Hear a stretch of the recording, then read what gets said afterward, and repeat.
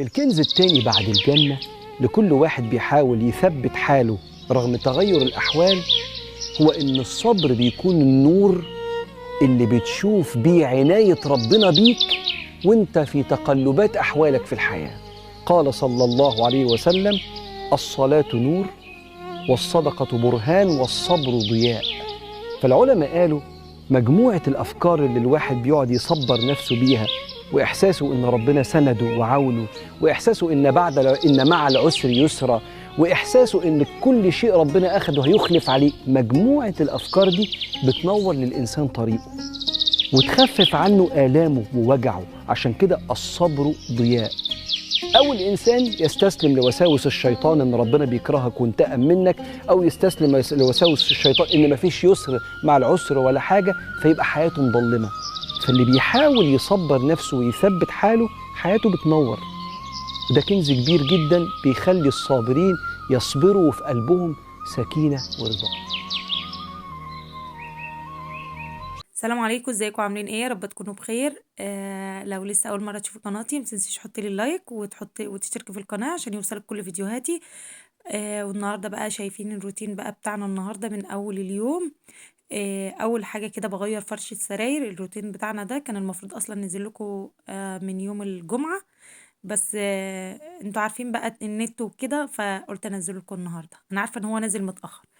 اول حاجه كده زي ما انتم شايفين انا كنت بغير فرش السراير. زي ما قلت لكم قبل كده انا بحب اغير فرش السراير كده كل اخر اسبوع، عشان يوم الجمعه الدنيا تحس كده الدنيا نظيفه وهاديه وكده وما يبقاش ورايا اي حاجه. اول حاجه غيرت فرش السرير ده. اوضه عيالي كانت نظيفه عشان كنت مغيراها. كانت يعني قبل اليوم اللي انا كنت بنضف فيه ده كنت مغيراه عشان كانت بنتي تعبانة شوية، فكان لازم الفرش يتغير، فقمت مغيراه. هنا بقى تاني يوم رحت بقى ماسكة الأوضة عندي، رحت منضفاها. كان فاضل بس على الأوضة عندي اللي هي الأوضة الكبيرة بتاعتي، هي بس اللي كانت عايزة تتغير الفرش السراير. الدفاية دي كنت أول مرة أفرشها، بس إنها غسلتها الأول. هي انغسلت بس ما اتفرشتش عشان أنا مبحبش الحاجة أجيبها أول ما تكون جديدة كده أفرشها على طول. لا، بحب أغسلها الأول، حتى لو دورة شطيف كده نضيف على بشوية دوني. المهم يعني أغسلها. وطقم السرير ده انا عارفه ان هو بيتفصل باستك، بس المرتبه عندي قطن، فما كانش ينفع تتخيط باستك. انا بحب اصلا الملايات اللي بتبقى فاتحه او البيضه او الالوانات الفاتحه يعني عموما. وبعد كده كنت الاوضه عندي ما كنتش فرشه ارضيه الاوضه، يعني السجاد بتاع الاوضه ما كنتش فرشاه من ايام الصيف. فحسيت ان الجو بقى خلاص برد، ورحت ماسكه الاوضه بقى مسحه الخشب الاول الاوضه كلها، وبعد كده رحت ماسحه وفرشه بقى الارضيه. قلت بقى كفايه كده الجو ساقعه، لازم الاوضه تبقى مفروشه. وخلصتها كده وعطرتها وخرجت منها، ما خدتش مني ثواني، يعني هي في ثواني كده كنت خلصتها. كل ده بعمله الصبح بعد ما ولادي بيروحوا المدرسة، على طول بروح ماسكة اي حاجة ورايا بروح مخلصاها على طول. ما بحسش باليوم غير لما انت بقى بتقومي براحتك وكده، لا، بتحس ان اليوم طار وما عملتش فيه اي حاجة. وبعد كده كنت انا رحت نزلت جبت التموين، وطلعت تاني. حتى تلاقوني غيرت، وعشان كنت انا لابسه في الاول الاسدال فرحت قلعاه، رحت جبت التموين الاول عشان انا ما بحبش اجيب التموين بتاعي اول الشهر بصراحه. بروح اجيبه براحتي، فقلت لا راح اجيبه عشان كنت محتاجه دقيق. رحت نزلت جبته وطلعت. وبعد كده كان عندي النجيله دي عندي بقالها يجي شهر، عشان كنت عايزه اغير لون البلكونه عندي، كنت انا عايزه اعمله زي الطوب الحجري كده، كان هيكلفني كتير. فقلت لا مش مشكلة، اعدي اليومين دول وبعد كده ابقى ايه اعمله براحتي، عشان لقيته خارج الحسبان خالص، يعني اللي انا كنت حاسباه غير لما انا رحت سألت. لان كنت عايزة اغير البلكونة، الشمس عندي بتقشر الدهان. كل ما ادهن البلكونة عندي دي دهنتها يجي اكتر من 4 مرات وبتقشر الدهان. فقلت لا هعملها طوب حجري عشان ما تقشرش تاني. فلقيته بصراحة هيكلف جامد، رغم ان البلكونه عندي مش كبيره، البلكونه عندي صغيره، بس كان هيكلفني جامد. فقلت لا خلاص اصرف نظر عنها، وتعالي يا بنتي افرشي النجيله بقى. انا كنت بفرش بصراحه ماشيه كده في البلكونه عشان ولادي بيقفوا عليها وهم واقفين في البلكونه. فقلت لا اشيل المشايه واجيب نجيله. بما اني بقى كنت هعمل تجديد بقى في البلكونه، هغير الدهان وكده، واحط النجيله ايه على شكل جديد. فلما ما دهنتش بقى قلت لا هفرشها بقى.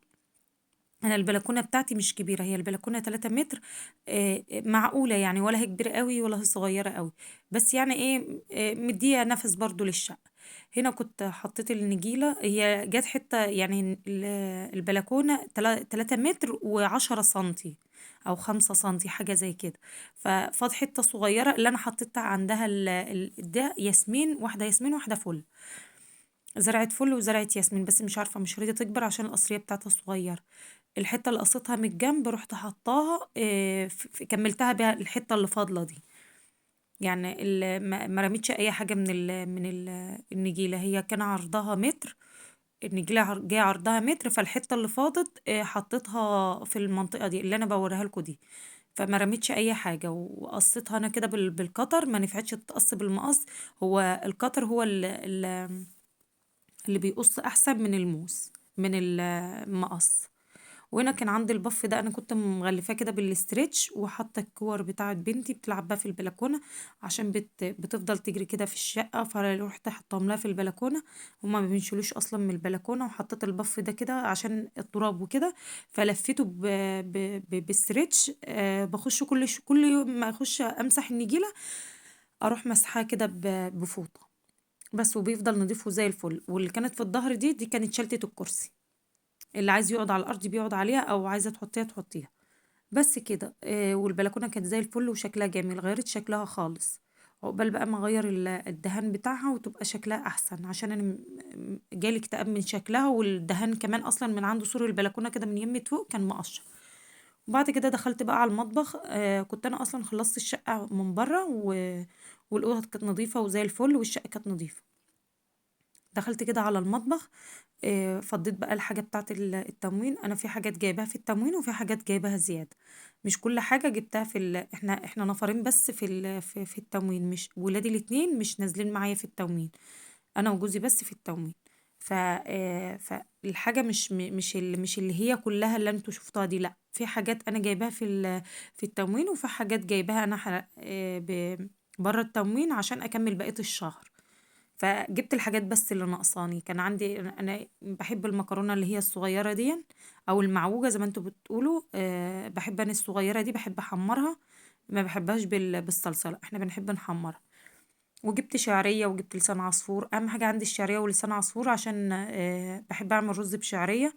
ولسان العصفور ده مؤقت يعني ايه، دايما عندي مع كل اكل، بحب اعمل لسان عصفور. والشعريه بحب اعملها بالرز، رز بشعرية يعني.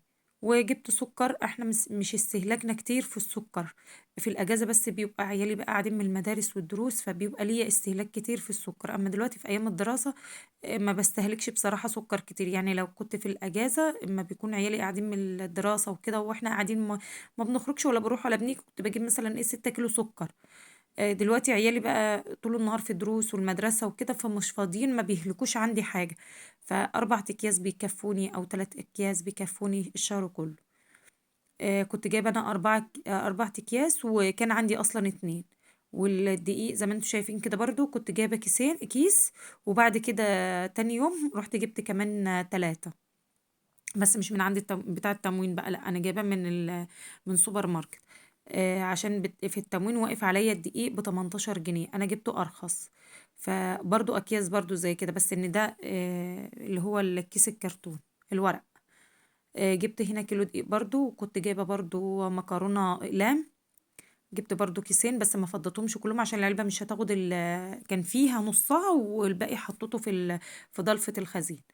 وهنا جايبة عدس اصفر وعدس بجيب عشان لو عملت كشري او عملت عدس الرز بعدس.